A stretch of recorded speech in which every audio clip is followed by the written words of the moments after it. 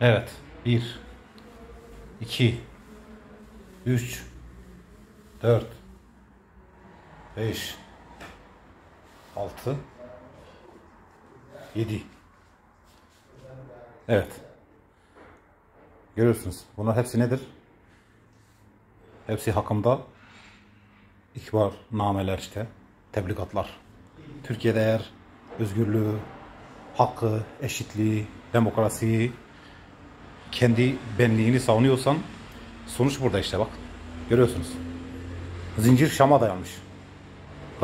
Reisimizin ülkesinde. Son Osmanlı padişahının ülkesinde hırsızlık yapmadık, çalmadık, çırpmadık, adam öldürmedik, katletmedik. Kadınları sokak ortasında öldürmedik, taciz etmedik, tecavüz etmedik. Ama işte görüyorsunuz. Dosyaların zincirliğini görüyorsunuz. Şam'a dayanıyor. Reisin Şam'ına dayanıyor.